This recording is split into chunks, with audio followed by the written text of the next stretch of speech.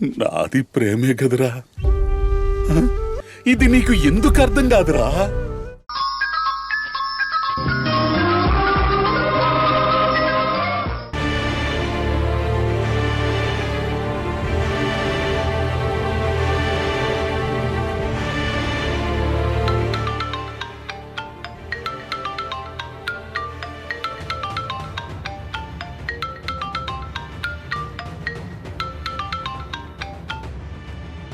తొందరగా ఎత్తమ్మా.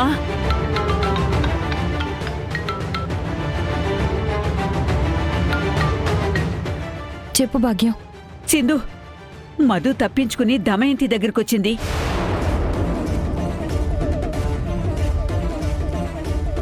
ఇక్కడికొచ్చి మీ అత్తయ్యకి అంతా చెప్పేసింది. ఇప్పుడు తనని తీసుకుని మీ దగ్గరికే బయలుదేరింది. మీరు వెంటనే అక్కడి నుంచి వెళ్ళిపోండి. ఏమంటున్నావు భాగ్యం? అవునమ్మా.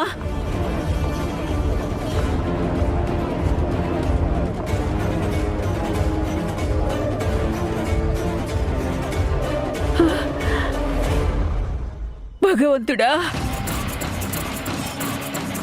వెంటనే ఇక్కడి నుంచి వెళ్ళాలి.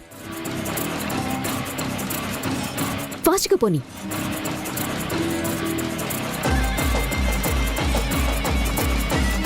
చూడండి అత్తయ్య, ఆ సింధు మిమ్మల్ని ఎంతలా మోసం చేస్తుందో నా కళ్ళతో మీకు నేను చూపిస్తాను. పంతులు గారు, ఇక మేం బయలుదేరొచ్చా? అది మన చేతుల్లో లేదమ్మా.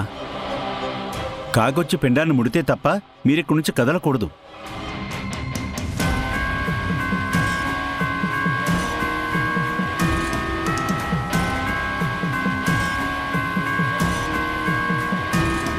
మావయ్య ప్లీజ్ త్వరగా రండి, అత్త ఇక్కడికి వచ్చేస్తోంది.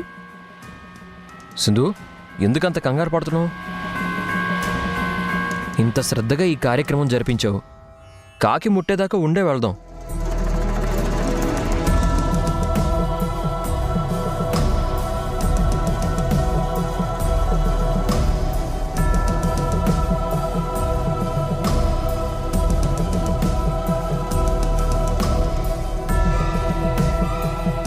పంతులు గారు, చాలా ఆలస్యం అవుతోంది, మేమి కాగలేము.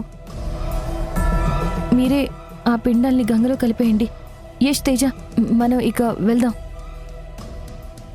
ఏమైంది సింధు? కార్యక్రమం జరిపించేంత వరకు ఒక కంగారు, ఇప్పుడు అది అయిపోయాక ఇంకో కంగారా? అసలు నువ్వు దేని గురించి ఇంత కంగారు పడుతున్నావో నాకైతే అర్థం కావడం లేదు.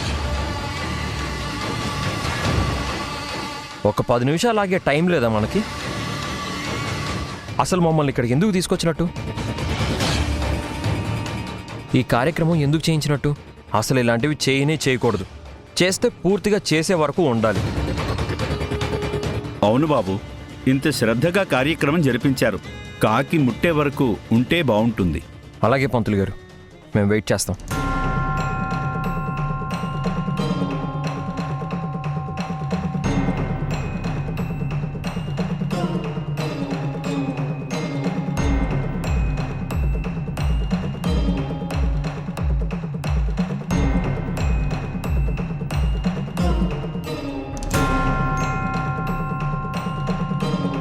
ప్లీజ్ యష్, భాగ్యానికి మనం గంటలో వస్తామని చెప్పాం.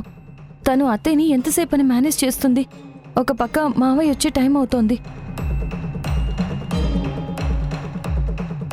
తెలుసు కదా, ఇన్ని పనులున్నాయని తెలిసి ఈరోజే పట్టుబట్టి మరీ ఈ కార్యక్రమం చెయ్యాలని ఇక్కడికి ఎందుకు తీసుకొచ్చావు? కార్యక్రమం జరిపించాం, మన బాధ్యత అయిపోయింది. కాకి ముట్టకపోతే తనేం చేస్తుంది? మనం ఇంట్లో ఎక్కువసేపు కనిపించకపోతే అమ్మ ఆరాధిస్తుంది.